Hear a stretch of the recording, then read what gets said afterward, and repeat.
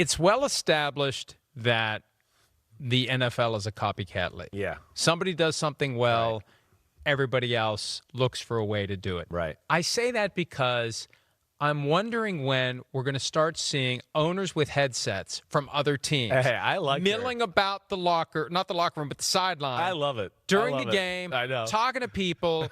and this, look, in her Christian Dior dress. I love it because Yeah. if you're, and this is the way she explained it. Right. Carlie Irsay-Gordon, who is now the controlling owner of the Colts following the passing of Jim Irsay in May. But if you're going to be involved in any way in decision-making, unless you are going to throw the keys to the GM and the coach and never have anything to do with it other than say, that's fine. How much money do you need? What do you need to do? You need to be in a position where you understand what's going on. I'm not mad at it. You need to be in a position where when it's time to sit down to the coach after the game and ask questions about understand what going happened, on. Right. You know when they're telling you the truth, and you know when they're full of crap. I heard you say this in the headset. Yeah. What did that mean in that moment? What were we talking about I understand what was going on there. I got a sense for the tension. I understand where the communication breakdown was. I know whose fault this play was. I know whose fault that play was. Right. I know how we blew the lead. I know how we came from behind. All of that stuff. And I just wonder if the other, I think a lot of owners would never reduce themselves to doing that.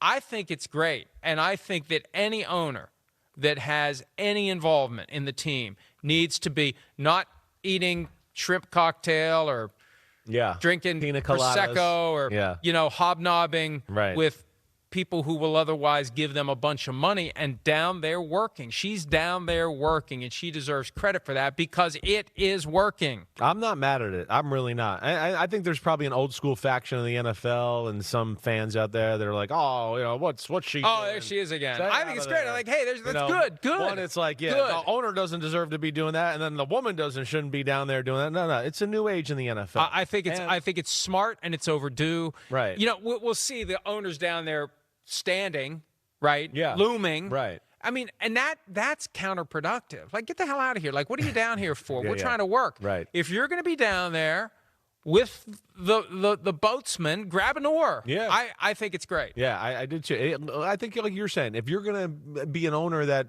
really wants to get involved in the decisions, then you got to be there for, during all the football and be a part of it and learn and study and work. And I appreciate that.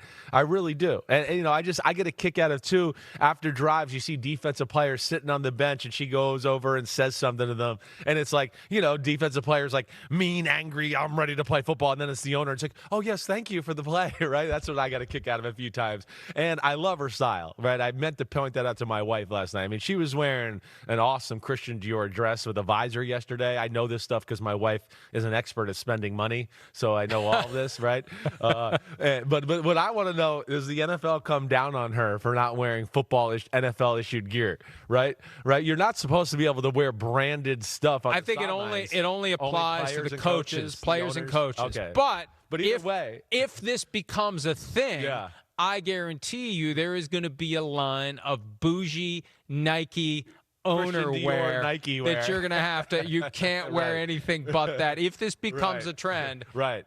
I like it. I hope she keeps wearing that type of stuff. But either way, I'm with you there. The Colts are fun to watch. It's a great story. I love the coach. The Daniel Jones story is awesome. And they got a lot of just good people in that organization and players that I think deserve a little more respect than they get. Hi, it's Mike Florio. Thanks for watching PFT on YouTube. Hit subscribe for the latest news and analysis from Pro Football Talk.